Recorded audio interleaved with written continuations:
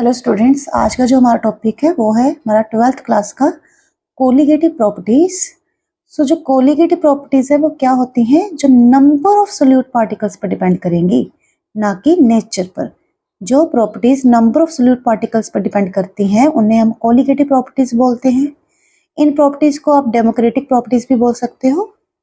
आपका जो 12th का सोल्यूशन चैप्टर है उसमें हम 4 कोलिगेटिव प्रॉपर्टीज पढ़ेंगे। सो फर्स्ट है relative lowering in vapour pressure, second elevation in boiling point, third depression in freezing point, fourth is osmosis. आज हम फर्स्ट कोलिगेटिव प्रॉपर्टी करेंगे जो है relative lowering in vapour pressure. So इसका आपने पहले मीनिंग समझना है, क्या वो कंसेप्ट है। एक बार आपको कंसेप्ट समझ आ गया, आपको चारों कोलिगेटिव प्रॉपर्टी समझ आ जाएंगी। सो सबसे पहले आप स्क्रीनशॉट भी ले सकते हो, ये मैंने बेसिक प्रिंसिपल लिखा है, क्या मतलब होता है relative lowering in vapour pressure का। जब भी आप एक नॉन वोलेटाइल सोल्यूट किसी भी सॉल्वेंट में डालोगे टू मेक अ सोल्यूशन, मैंने सोल्यूट सॉल्वेंट में डाला टू मेक अ सोल्यूशन, जो सोल्यूशन है उसका वेपर प्रेशर हमेशा कम होगा देन प्योर सॉल्वेंट। सो उसे हम बोल देते हैं relative lowering in vapour pressure. जब भी हम सोल्यूट जो कि नॉन वोलेटाइल है उसे किसी सोल्यूशन सॉल्वेंट में डालेंगे टू मेक अ सोल्यूशन, जो सोल्यूशन है उसका वेपर प्रेशर कम हो जाता है देन प्योर सॉल्वेंट। सो उसे हमने नाम दे दिया relative lowering in vapour pressure का। ऐसा क्यों होता है? क्योंकि जब आपके पास सोल्यूशन बन गया है, सो जो सोल्यूशन है उसकी सरफेस पर सोल्यूट मॉलिक्यूल्स भी होंगे, सॉल्वेंट मॉलिक्यूल्स भी होंगे। सोल्यूट नॉन वोलेटाइल है, वो वेपराइज करेगा ही नहीं। सो वेपर फेज में सिर्फ किसी की पार्टिसिपेशन होगी, सिर्फ सॉल्वेंट मॉलिक्यूल्स की। सो आपका जो वेपर फेज आ रहा है वो सिर्फ सॉल्वेंट मॉलिक्यूल्स की वजह से होगा। सो जो आपका सोल्यूशन है उसका वेपर प्रेशर कम हो जाता है देन प्योर सॉल्वेंट। सो आपको मैं ड्रामेटिकली भी समझा दूं, डायग्राम हमने बनाई है। सो ये हमारे पास प्योर सॉल्वेंट है और ये हमारे पास सोल्यूशन है। प्योर सॉल्वेंट के केस में क्या होता है, सरफेस पर सिर्फ सॉल्वेंट मॉलिक्यूल्स होंगे। सोल्यूशन के केस में क्या होगा, सरफेस पर सोल्यूट भी है, सॉल्वेंट भी है। जब भी इवेपोरेशन होगी सो वेपर फेज में सॉल्वेंट के केस में सिर्फ सॉल्वेंट मॉलिक्यूल्स होंगे। इधर हमारे पास सरफेस पे सोल्यूट भी है, सॉल्वेंट भी है, बट हमारा सोल्यूट तो नॉन वोलेटाइल है। सो मतलब जो सरफेस है इसमें सॉल्वेंट मॉलिक्यूल्स का अमाउंट कम हो गया क्योंकि सोल्यूट भी है। सोल्यूट तो हमारा वेपराइज करेगा ही नहीं, सिर्फ कौन वेपराइज करेगा, सॉल्वेंट।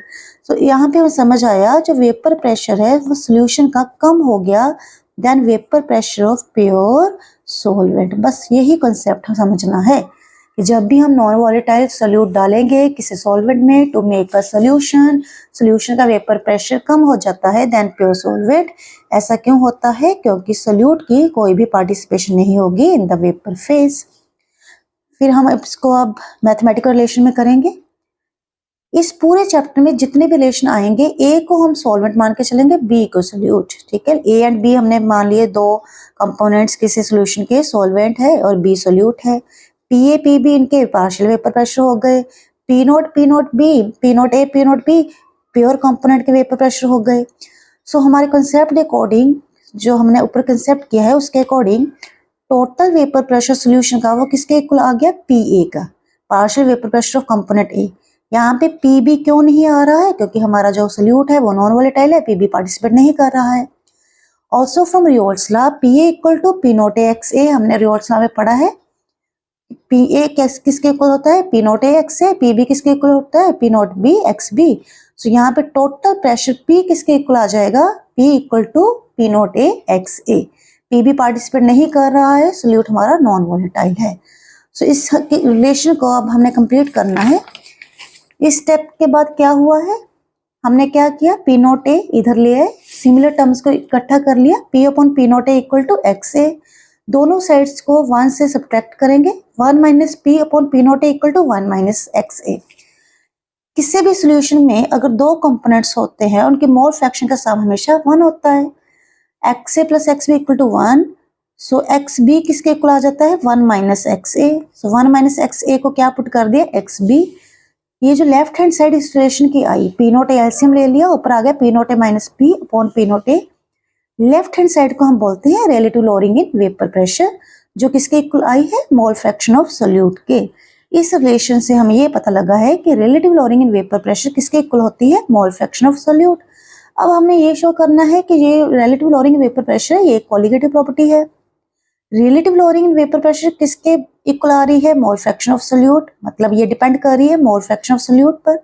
मोल फ्रैक्शन किस पे डिपेंड करती है? Number of moles per. सो ये क्या हो गई? Colligative property.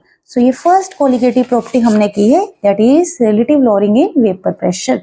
इसका कंसेप्ट समझना है, बस क्रैमिंग नहीं करनी, कंसेप्ट समझना है, वो मैंने आपको समझा दिया है कि जब भी हम एक नॉन वॉलेटाइल सोल्यूट किसी भी सॉल्वेंट में डालेंगे to make a solution, solution का वेपर प्रेशर हमेशा कम आएगा देन प्योर सॉल्वेंट।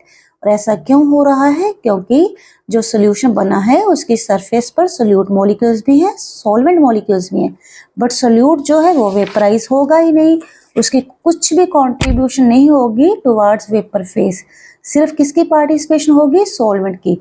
सॉल्यूशन का वेपर प्रेशर कम हो जाता है, जिससे हम बोलते हैं relative lowering in vapour pressure. So thank you.